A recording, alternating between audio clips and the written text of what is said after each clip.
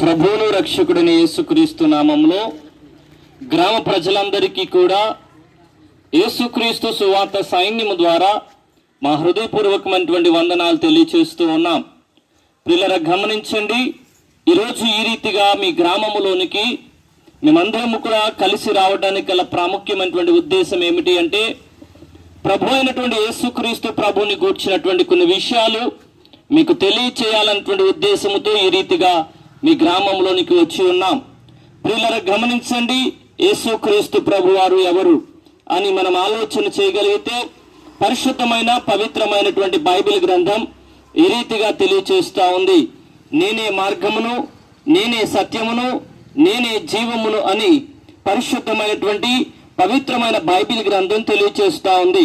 నిజమే ప్రియులారా, యేసుక్రీస్తు ప్రభువారు మార్గమై ఉన్నాడు, యేసుక్రీస్తు ప్రభువారు సత్యమై ఉన్నారు, యేసుక్రీస్తు ప్రభువారు జీవమై ఉన్నాడు.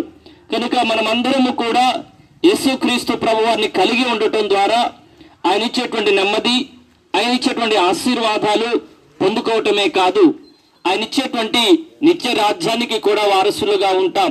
ప్రియులారా గమనించండి, యేసుక్రీస్తు ప్రభువారి గురించి పరిశుద్ధమైనటువంటి బైబిల్ గ్రంథంలో మరొక మాట రాయబడుతుంది.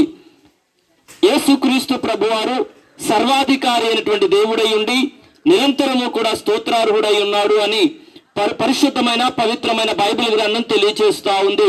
నిజమే ప్రియులారా, యేసుక్రీస్తు ప్రభువారు సర్వాధికారి అయినటువంటి దేవుడు, నిరంతరము కూడా పూజార్హుడు, పూజింపదగినటువంటి దేవుడు, ఆరాధింపదగినటువంటి దేవుడు, ఆయన పూజలు అందుకోగలిగినటువంటి దేవుడు. గనుక ఈ రోజున ఆయన యందు ఎవరైతే విశ్వాసం ఉంచుతారో, ఎవరైతే నమ్మకం కలిగి ఉంటారో వారందరికీ కూడా నిత్య జీవము ఉన్నది. నిత్య జీవము ఎలా అనుభవించగలుగుతాం, నిత్య జీవాన్ని ఎలా పొందుకోగలుగుతాం అని యేసుక్రీస్తు ప్రభు ద్వారా మీకు తెలియజేసేటువంటి ఒక మాట. ఆయన మనందరి పాపాల నిమిత్తం యేసుక్రీస్తు ప్రభు వారు బలిగా మార్చబడ్డాడు, మన కొరకు రక్తాన్ని చిందించాడు. ఆ రక్తము ద్వారా ప్రతి మానవునికి కూడా పాప విమోచన ఉన్నది.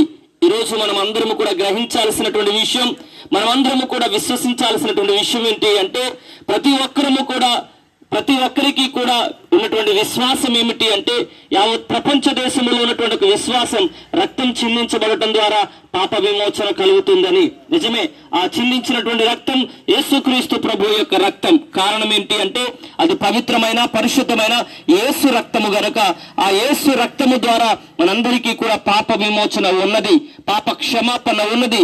ఈ రోజే, ఇప్పుడే, ఈ క్షణమే యేసుక్రీస్తు ప్రభు అని హృదయంలో నీవు అంగీకరించగలిగితే, మనసారా యేసుక్రీస్తు ప్రభు దేవుడు